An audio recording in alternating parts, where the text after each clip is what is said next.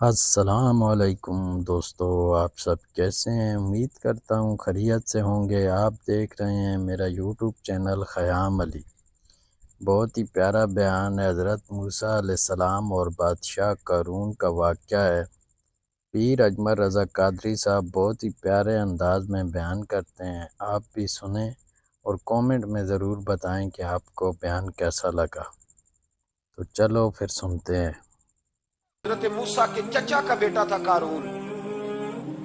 حضرت موسیٰ کی دعا سے دولت ملی، اتنا دولت مند ہو گیا کہ خزانوں کی چابیاں 4 اونٹ اٹھایا کرتے۔ حضرت موسیٰ نے کہا کہ 1000واں حصہ زکوٰۃ فرض ہوئی ہے۔ کتنا حصہ؟ 40واں نہیں، 1000واں حصہ زکوٰۃ دے۔ کہنے لگا دیتا ہوں۔ گھر جا کے حساب کیا تو پریشان ہو گئے، اتنے پیسے دینے پڑیں گے۔ پریشان جب آتے ہیں تب نہیں پریشان ہوتے، اتنے آگے میرے پاس دینے پڑے تو کہنے لگا ہو اتنے پیسے۔ حضرت موسیٰ نے کہا دے، تو کہنے لگا جناب موسیٰ ویسے مہنگا نہیں پڑا آپ نے رکھا خرچہ؟ آپ فرمانے لگے میرا حکم نہیں، حکم میرے 40واں نہیں تھا، کون سا حصہ تھا؟ بولیے مسلمانوں کا کتنا ہے؟ سارے صحیح دیتے ہیں زکوٰۃ؟ کہتے میں تھوڑی تھوڑی دیتا رہتا ہوں، میں سال میں نے تھوڑی تھوڑی بانٹ دی ہے، کچھ ان کو دیا جو مجھے ووٹ دیں گے، کچھ ان کو دیا جو گاہے گاہے میرے گھر کا کوئی کام کر دیں گے، میں نے بانٹ دی ہے۔ یہ زکوٰۃ دے رہا ہے کہ سیاست کر رہا ہے تو؟ یہ کون سا طریقہ ہے؟ یہ کون سی طبیعت ہے؟ مضمون بھیجا ایک دوست نے، ایک بچی بڑی مشکل سے میٹرک اس نے کیا ہے، تو کوئی امیر آدمی ان کے گھر میں پیسے دے گیا اس رمضان میں حیدرآباد کے قریب کسی گاؤں کی رہنے والی، تو بچی اگلے دن جا کے سارا کچھ ان کے گھر دے آئی ہے، سارا کچھ دے آئی ہے۔ کیوں؟ کہ وہ بچی کہتی ہے میں یتیم ہوں، میں 1.5 سال کی تھی اور میرا بھائی ابھی پیدا نہیں ہوا تھا جب میرا والد فوت ہو گیا، تو میرے چچا نے دھکے دے کے نکال دیا۔ میری ماں نے برتن دھو دھو کے ہمیں پالا اور میری ماں نے ہمیں پڑھایا، شدید محنت کی۔ تو کہتی ہے کل ایک دنیا دار آیا، اس نے کہا میں نے راشن دینا ہے، زبردستی ہمارے گھر آیا، غریبوں کو دینا ہے۔ کہتی ہے میری ماں نے کبھی ہمارے سامنے دکھ نہیں اپنا کھولا کہ میں بڑی غریب ہوں، میں نے جوانی تمہیں، لیکن کیا عجیب منظر ہے کہ اس نے ایک توڑا دیا راشن کا، تو سویرے جب میری اماں زور کے بعد کام کر کے آئی ہے تو رو رہی تھی۔ میں نے پوچھا اماں کیا ہوا؟ تو کہنے لگی بیٹے 4 اخباروں میں میری تصویر لگی ہے، 4 اخباروں میں۔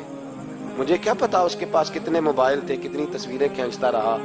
تو وہاں رکھ کے کہنے لگی چچا ہم نے بڑی راتیں بغیر پنکھے کے گزاری ہیں، کئی دن بغیر روٹی کھائے گزارے، پر ہم نے اپنا پردہ نہیں کھولا، تو ایک آٹے کا تھیلا دے کے ہمارا پردہ کھول گیا۔ 4 اخباروں میں رکھ اپنا سامان، اور سویرے اخبار میں یہ خبر بھی ضرور چھپوا دینا کہ وہ واپس کر گئے۔ یہ خبر بھی سویرے اخبار میں ضرور چھپوا دینا کہ وہ آٹے کا تھیلا وہ واپس کر گئے، یہ خبر چھپوا دینا۔ پھر وہ بچی اپنی ماں کی عزت کے لیے گئی اور جا کے پریس کلب میں اس نے 4 اخباروں کو کہا کہ میں آٹا واپس کر رہی ہوں، اب تمہاری ذمہ داری ہے کہ تم لوگوں کو بتاؤ کہ وہ تھیلا آٹے کا۔ شرم نہیں آتی؟ میں اجتماعی شادیوں کی مخالفت کرتا رہتا ہوں، دل کرتا ہے تمہارا کہ تمہاری بیٹی اور تمہارا داماد بٹھایا جائے اسٹیج پہ اور کہا جائے خیرات میں اس کی شادی ہو رہی ہے، اخباروں پہ تصویر آئے، کسی غریب کی بچی کی شادی کر دیا تو بورڈ لگوا دیا 30 اجتماعی شادیاں۔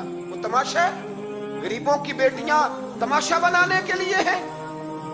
اگر کسی غریب کی بچی کی خدمت کر دیا تو اس طرح کر جس طرح حسین کے بیٹے امام زین العابدین کیا کرتے۔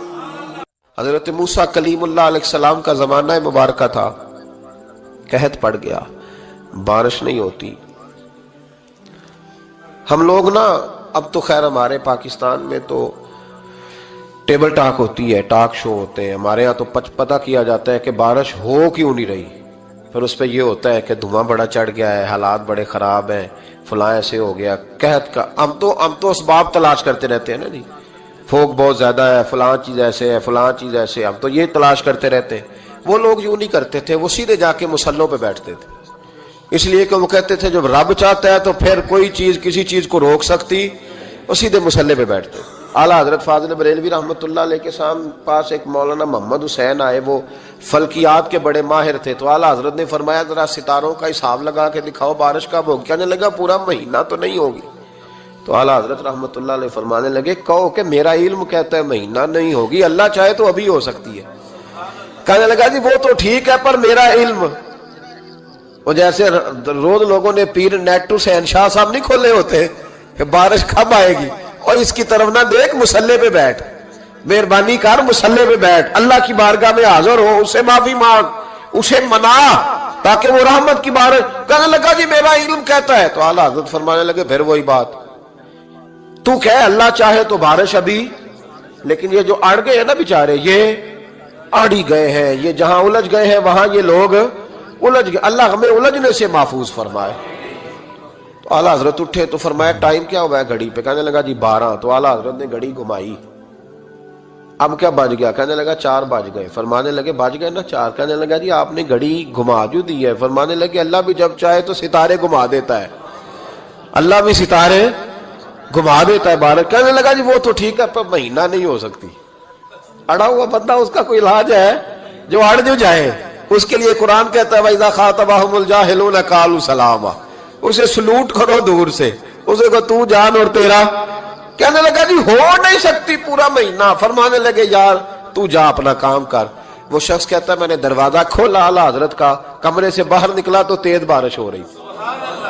واپس آیا تو میں نے کہا احمد رضا یہ عقیدہ کہاں سے لیا ہے؟ فرمایا دروازہ مصطفیٰ سے لیا ہے صلی اللہ علیہ وسلم. تو یاد رکھیں کہ اللہ کو منانا چاہیے, استغفار کرنا چاہیے, اس کی برکات. حضرت موسیٰ ساری قوم کو لے کے نکل گئے.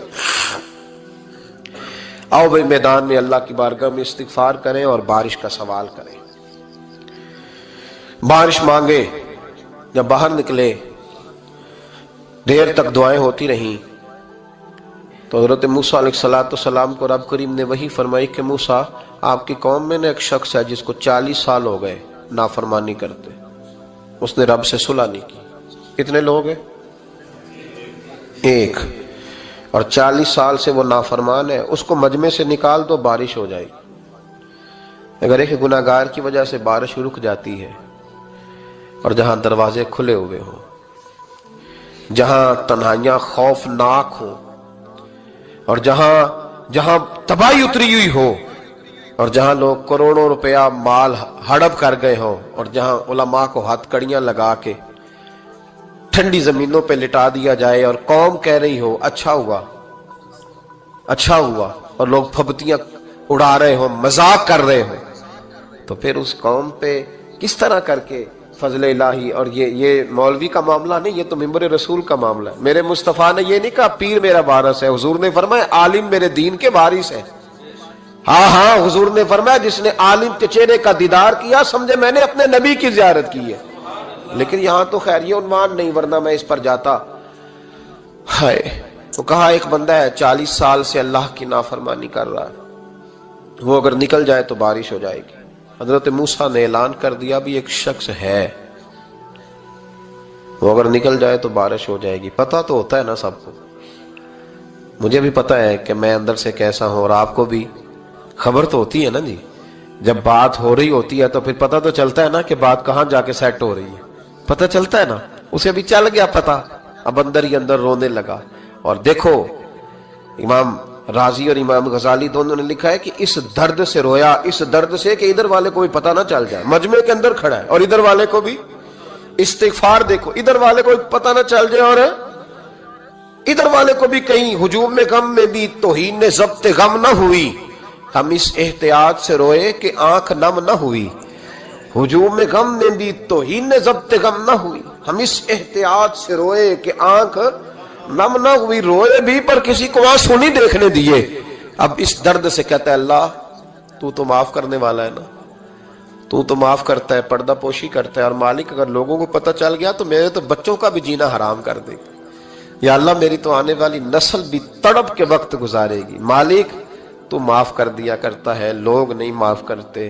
اے اللہ یہ میری خوبیاں بھول جائیں گے, میری خامیوں پر بات. مالک میں یہ ذلت نہیں برداشت کر سکتا, فضل فرما. حضرت موسیٰ نے دوبارہ اعلان کیا نکلتے ہو کہ نہیں نکلتے؟ پھر تڑپا خدا بندہ مجھے بے آبرو نہ کر, یہ ذلت اور رسوائیاں یہ نہیں برداشت ہوتی. اللہ درگزر. حضرت موسیٰ نے تیسرا اعلان کیا, نکلتا ہے یا میں پھر اس کا نام لوں؟ اللہ سے پوچھ کے نام لوں اس کا, بتاؤں کون ہے؟ اب تو تڑپ گیا, کہنے لگا مالک میں تیری بارگاہ میں استغفار کرتا ہوں, آئندہ نہیں کرتا, آئندہ نہیں کرتا. یہ لفظ ادا کیے, بندہ کوئی بھی نہیں نکلا. رب کریم نے بارش عطا کر دی, تیز بارش. جب برسی نا تیز بارش, لوگ تو مین دیکھ کے دوڑ گئے. تو حضرت موسیٰ کہنے لگا یا اللہ مجھے بھی تو بتا, تو نے کہا تھا کہ جب تک بندہ نہیں نکلتا بارش نہیں ہوگی. تو نکلا کوئی بھی نہیں, بارش ہو گئی, ماجرا کیا ہے؟ تو رب کریم نے فرمایا موسیٰ بس اس نے مجھ سے صلح کر لی, اس نے مجھ سے صلح کر لی. اور امام غزالی نے لفظ لکھے, حضرت موسیٰ نے پوچھا, حالانکہ اللہ اپنے نبیوں کو غیب کے خزانے دیتا ہے, پوچھا کہ اے اللہ مجھے اس کا نام بتا دے. تو رب کریم نے فرمایا موسیٰ جب گناہگار تھا تب نہیں کسی کو بتایا, جب پاپی تھا تب نہیں بتایا, جب مجرم تھا تب نہیں بتایا, اب کیسے بتا دوں؟ فرمایا اس کی میری صلح ہو گئی ہے. اور فرمایا جو بارش نہیں نہ ہو رہی تھی وہ بھی اس کی وجہ سے نہیں ہو رہی تھی, اب جو ہوئی ہے نا تو یہ بھی اسی کی وجہ سے ہوئی ہے. یہ بارش اب جو ہوئی ہے تو یہ بھی یہ اس گناہگار کے سبب سے. اپنی راتیں اللہ کے ساتھ گزارے, مصلی پہ بیٹھے. میرے صاحب رحمۃ اللہ علیہ سے جب کوئی کہتا نا کہ بڑا پریشان ہوں تو کچھ بتائیں, تو فرماتے آج رات مصلی پہ بیٹھ کے اپنے رب سے بات کرنا, میں بھی بات کروں. بندوں کو دکھ بتانے سے عزت میں کمی آتی, اور اگر اللہ کو بندہ اپنے دکھ بتائے تو اللہ عزتیں بڑھا دیتا. جناب عمر کا نام صرف کام نہیں, حضرت عمر کا نام انقلاب برپا کر دیتا ہے.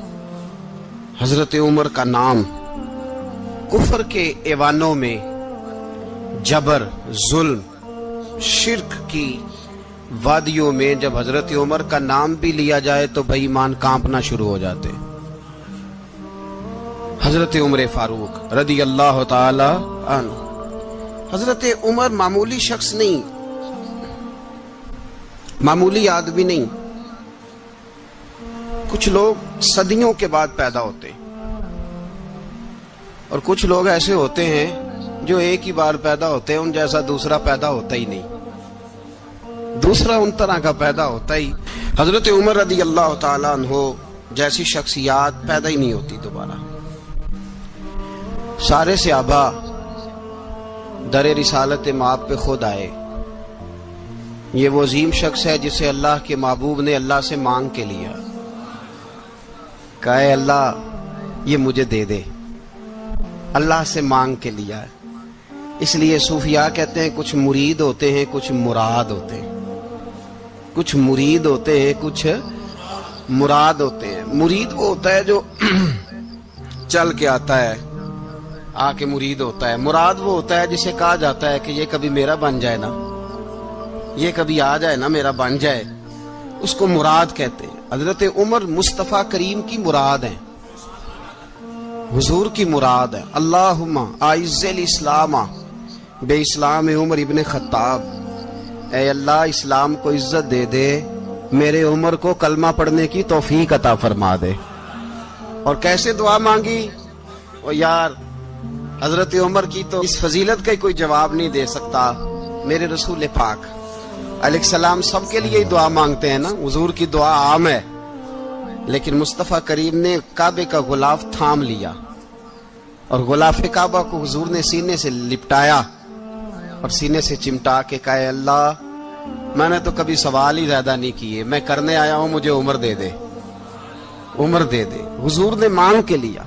اور پھر جب جس کو حضور مانگے اللہ سے کہ حضرت عمر رضی اللہ تعالیٰ عنہ کا آج یوم شہادت ہے, میرا تو دل کرتا تھا کہ فجر سے باتیں شروع ہوں اور سارا دن ہی عمر کی باتیں ہوتی رہیں, سارا دن جناب عمر کی باتیں, سارا دن. اس لیے کہ ذکر جناب عمر کا ہوگا پر راضی اللہ کے رسول ہوں گے صلی اللہ, تو جاگ کے بیٹھے, خوش ہو کے بیٹھے. ہمارے ہاں منایا ہی نہیں جاتا. بابے اللہ کیتا ساؤن بھادروں اسو کتا تے منڈے جنوری فروری, تو اسلامی سال بھی گیا اور وہ تاریخیں بھی ساری گئیں. یکم محرم امت مسلمہ کے لیے بہت بڑا دن ہے, بہت بڑا دن. یہ شہادت ہے حضرت عمر فاروق کی